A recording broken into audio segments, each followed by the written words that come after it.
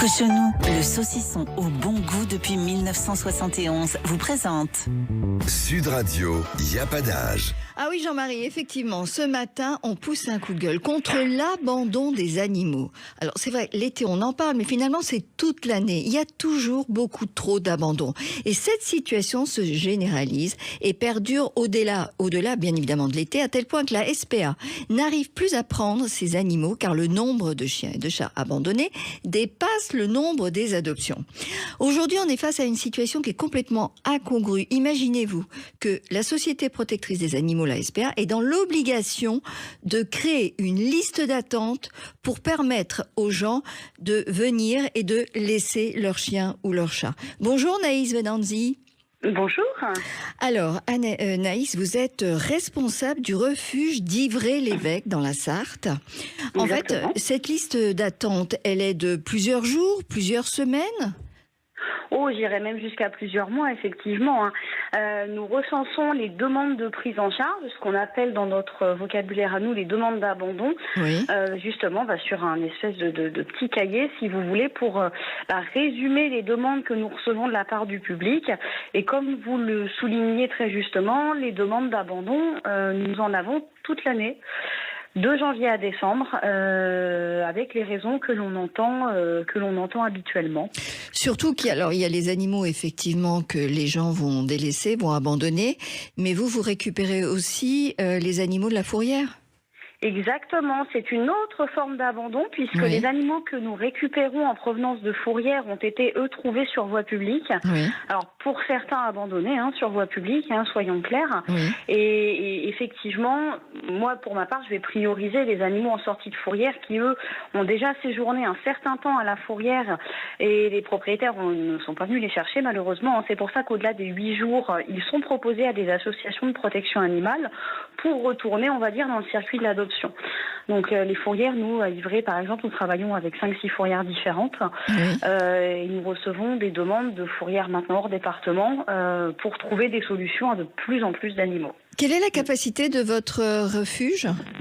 Alors nous avons 80 box chiens, donc nous pouvons accueillir en théorie 80 chiens.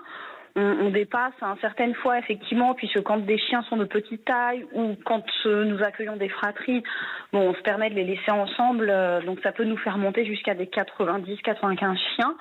Et nous accueillons, pareil, on a la place pour 80 chats. En été, on monte à 100-120 chats quand nous accueillons des portées de chatons, des mamans avec leurs petits.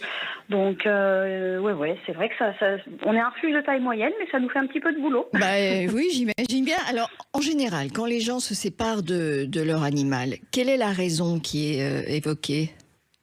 Il y en a toute l'année et ce sont les mêmes toute l'année. Les raisons, la demande pour raisons financières, puisqu'effectivement ils souffrent de l'inflation passe par là et les gens n'arrivent pas à joindre les deux bouts pour faire face en fait aux soins que nécessite leur animal vieillissant dans certains cas, qui génèrent des coûts vétérinaires qui n'ont pas forcément été anticipés ou maîtrisés.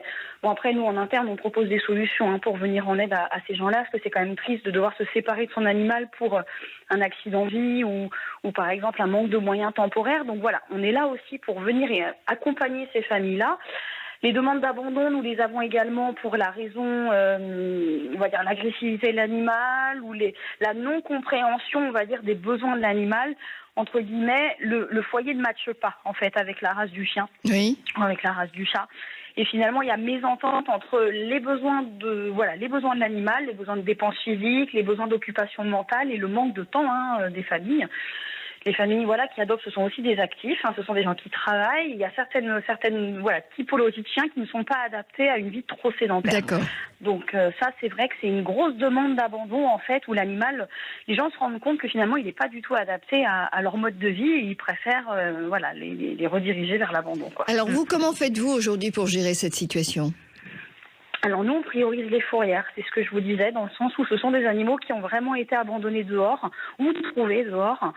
Et là, pour le coup, toutes les semaines, en fait, c'est du Tetris. J'aime pas trop employer cette expression et je m'en excuse. Et en fait, une sortie égale une entrée. Oui. Et c'est des choses qu'on anticipe, en fait, d'une semaine sur l'autre. Quand on sait qu'on a tel animal qui doit partir parce qu'il est réservé en attente de stérilisation ou autre, on sait que du coup, on a une place qui se libère potentiellement pour un, voire deux chiens. Et en fait, moi, mon métier, c'est de toujours conjuguer en fait mes entrées avec mes sorties.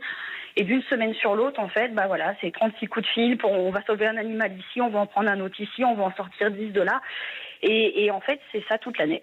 Bon, et quand on veut adopter un animal, il faut vraiment penser aux conséquences et être sûr de pouvoir le faire parce que c'est pas une situation viable. Merci en tout cas, Anaïs Venanzi, d'avoir partagé ce moment avec nous. Merci Jean-Marie, tout à l'heure, on se retrouve dans Y a pas d'âge pour oser en parler avec David Arthur. Évidemment, nous allons parler de l'épigénétique et nous parlerons aussi de la façon la plus efficace pour éviter le pillage de nos données personnelles parce que vous allez voir, ça arrive de plus en plus souvent. On se retrouve tout à l'heure. Merci Jean-Marie.